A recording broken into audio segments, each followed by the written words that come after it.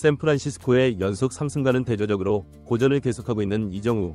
개인 성적은 하락세를 보이고 있으나 그럼에도 팀 승리에 환하게 웃는 모습은 불안감보다는 타격 감각이 회복될 시점이 반드시 올 것이라는 신념을 갖게 만듭니다.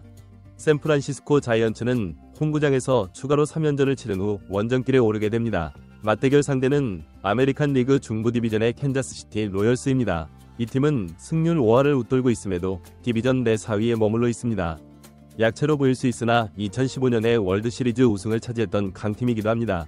팀 평균 자책점이 아메리칸 리그 전체에서 1위를 기록하고 있어 상대팀이 득점을 많이 올리지 못했다는 의미죠.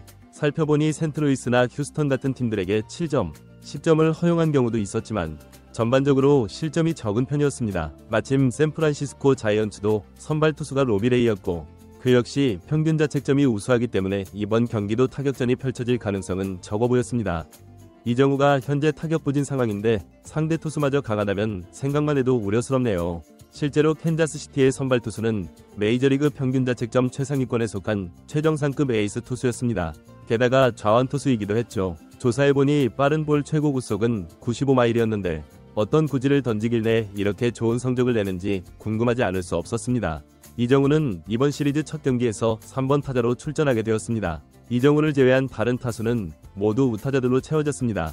멜빈 감독의 확고한 신뢰를 엿볼 수 있는 부분이죠. 사실 멜빈 감독도 인내심을 시험받고 있는 상황입니다. 샌프란시스코에서 가장 높은 연봉을 받는 세 선수가 아담에스, 채프먼, 이정우인데 이 세 명이 샌프란시스코의 중심 타선을 형성하고 있지만 3명 모두 타율이 2할대에 머물러 있습니다. 애틀레틱스와의 3연전에서도 이 세 선수들은 2할 초반의 타율을 기록했습니다. 라모스와 플로레스, 그리고 대타 성공 덕분에 현재 5할에 가까운 승률을 유지하고 있는 상황입니다. 이정우가 반드시 부활해야 하는 경기라고 할 수 있죠. 선발 투수 로비레이가 마운드에 오른 날은 샌프란시스코가 100% 승리를 거두었습니다. 투수전 양상이 될지라도 샌프란시스코의 승리를 기대해볼 만했습니다. 1회 초에 라모스가 실책성 플레이로 아웃을 놓치면서 실점 위기에 직면했지만 로비레이는 제구력이 좋지 않은 듯했음에도 놀랍도록 효과적으로 던졌습니다. 5회까지 투구수가 70개도 넘지 않았습니다. 매 이닝마다 안타를 허용했지만 오히려 주자가 나가면 더욱 집중력 있는 투구를 보여주며 위력적인 피칭을 선보였습니다. 이때 이정우는 투아웃 주자 없는 상황에서 타석에 들어섰습니다. 중대진에서도 이정우가 좌투수를 상대로 타율이 더 높다는 점, OPS가 0.9를 넘었다는 사실을 강조했습니다.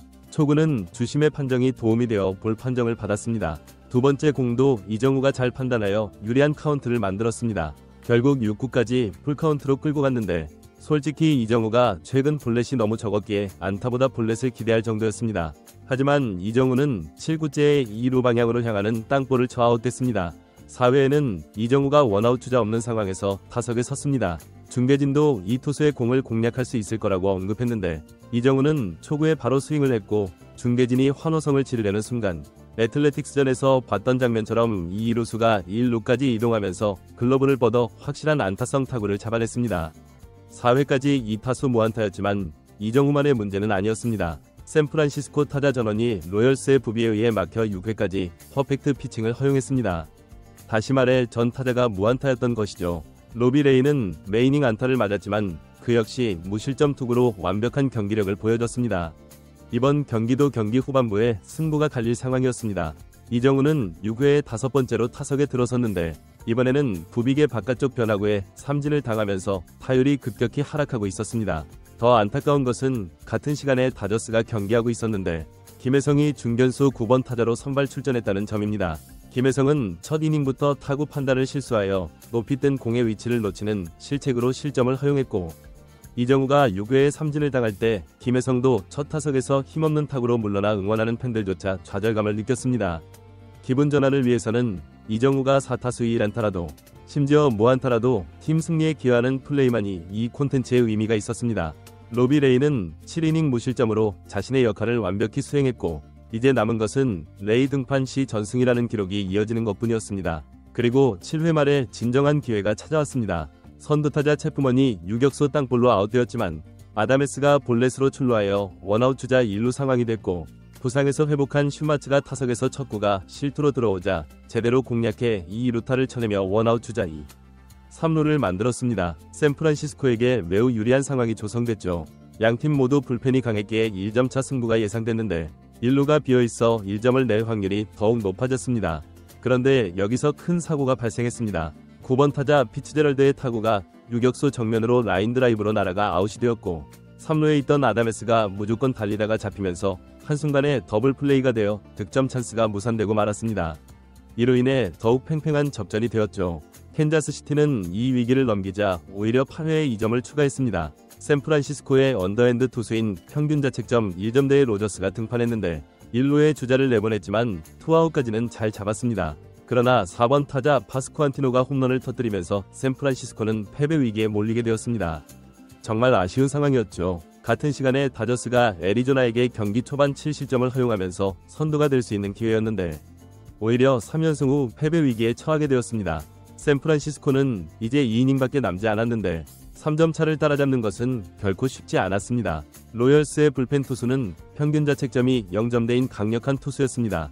8번 타자부터 공격이 시작되기 때문에 만약 2명의 주자가 나간다면 이정우까지 타석에 설 수 있었습니다. 앞서 언급했듯이 이 경기는 이정우가 해결해야만 의미 있는 콘텐츠가 될 수 있다고 했죠.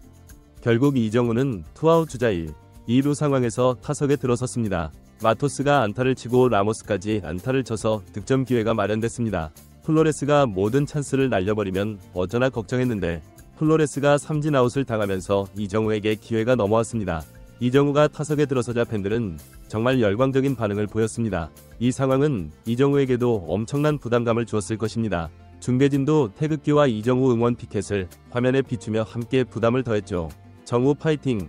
응원 소리는 더욱 빨라졌습니다. 그만큼 샌프란시스코가 급박한 상황에 처해 있었습니다. 로열스의 포수와 투수는 작전 회의까지 하면서 이 장면이 경기의 하이라이트가 되었습니다.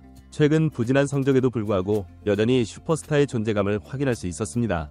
이정우가 맞서게 된 투수는 다소 독특한 투구폼을 가진 선수였는데 초구 빠른 볼이 볼 판정을 받았고 2구까지는 이정우가 지켜봤습니다.